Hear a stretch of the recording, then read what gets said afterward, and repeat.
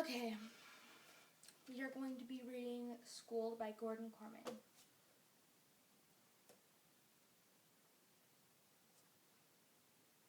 Okay. We left off on the end of chapter 5, going on to 6. And if you have not noticed, every time that I read this book to you, it says name. For example, this one says, this chapter is called Name, Naomi Erlanger. And basically, in every chapter, there's one person that is talking, and that one person is the name of the chapter. And I don't think there's anybody else talking except for her or him or whoever's talking in the chapter. Okay. The time was coming. I could almost smell it. One day, Zach Powers was going to be my boyfriend. Sure, he was sniffing around Leanna. Everybody knew that. But sooner or later, he'd seen that she lacked in depth and sincerity of yours truly.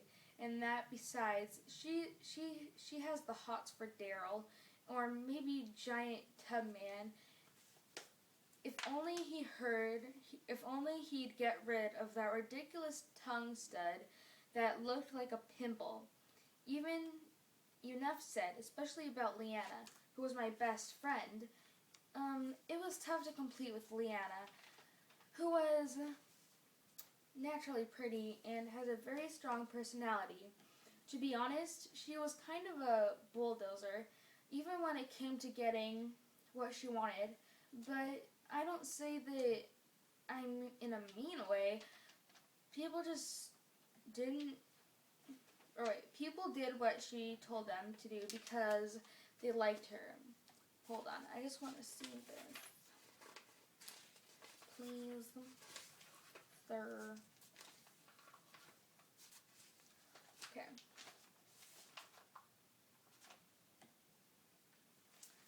Because they liked her, not because she made their lives miserable, or if they did. And since I was more shy than Leanna, and not quite so willing to squeeze into size 0 jeans and apply makeup with a snow blower, and had to try a little harder to get Zach's attention, who would have thought that Equalizer would turn out to be the biggest dweeb in school? No, not Hugh Winkleman, Capricorn Anderson.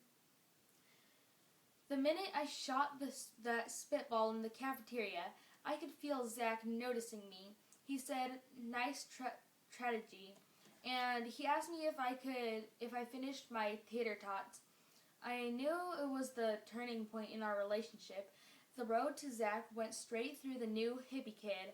Example: Zach wanted to make Cap 8th grade president. Sure, with the rest of our hearts set on Winkleman, but I recently volunteered to work on Cap's election campaign. Not that anybody was running against him, but we still had to make it look real, so Mrs. Kasagi Mr. Kasagi wouldn't get suspicious. We made posters. My favorite was Capricorn Anderson, the people's choice, because while I was painting it, Zach said, "It doesn't have to be perfect, Naomi. It's like anybody's going to have to vote for him." And while he was talking, his hand brushed my hand. Leanna was a little suspicious when I told her we didn't need any help with the election. You definitely didn't want to get on her bad side. But at the time Zach and I started going out, she'd probably be hot and heavy with Daryl, or Great Tubman minus the tongue stud. So I was safe. Zach was cool. I almost liked watching the plane beamed straight from his brain into the screen of a blockbuster movie. We put up the posters, scared 2 of the dummies off, wanted to run in for a job, and presto, Capricorn Anderson was elected 8th grade president unproposed. The best part of the doofus had no idea what was happened to him. Zach chuckled. I know what's going under all that hair, snorted Lena. I personally got the impression that Cap thought all the new students had to go through this, like being present was part of a registered in choosing electives. But I thought my mouth shut, and thought along with the others. Zach had a great smile. When they had announced that all the school assembly, Zach and Daryl hosted the new president up. They shoulders and marched him onto the stage. He had been around C average for a couple weeks, and people knew his name from our posters, and they hadn't seen him in the halls, but this knew the first time the entire student body made him the connection. 1,100 kids took in the sight of the genuine middle school hippie.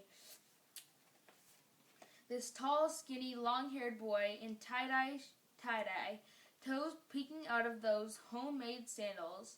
He looked so silly, so goofy, so weird that he almost cute. Not attractive, but adorable in the sense that you can't help pitying him, like a wet puppy rolled in sand. Zach started shouting, "Speech! Speech!" and some other people took up the cry, and Mr. Kasagi handed over the microphone, and we all quieted down to listen what Cap had to say. He stared at us for a long time until I almost wondering if Zach had chosen someone who was nerdy. He was too perfect for the job, but when he announced I shouldn't be president, "Why not?" Daryl heckled. I can't.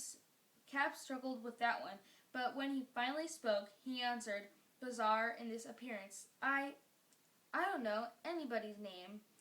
Like, for the president to be able to rattle off the names of 1,100 of these students, or else he wasn't qualified. Pearls of laughter rolled at the gym. Even the 6th graders could see how dopey that was.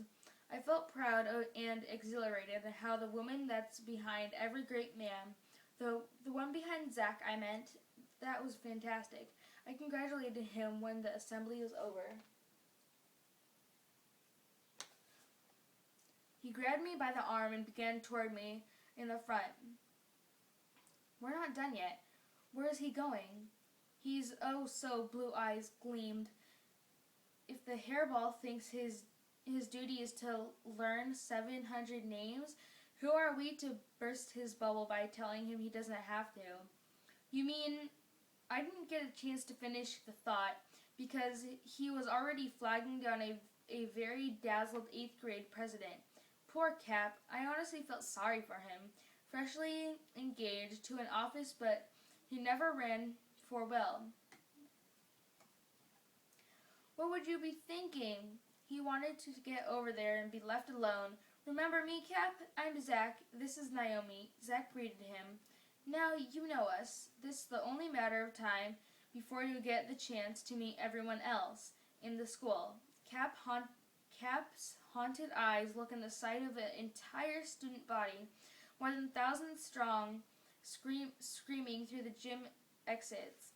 If they hadn't been so funny, if Zach's eyes hadn't been almost turquoise, I would have convinced that the whole thing was a gag. "I'm not good at remembering names," he told us.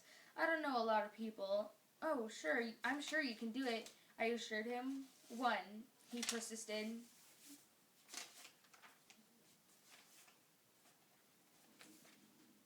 "One what?" "One person.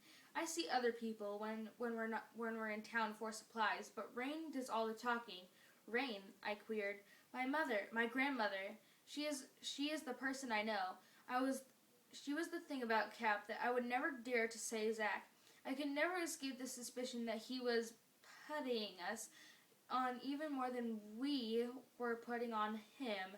But if that was the chase, then he's the greatest actor on the face of the earth because he couldn't crack a smile, not for a millisecond. Yeah, this chapter's long, so I'm going to finish it later. So, okay, I'm going to end off there. Bye.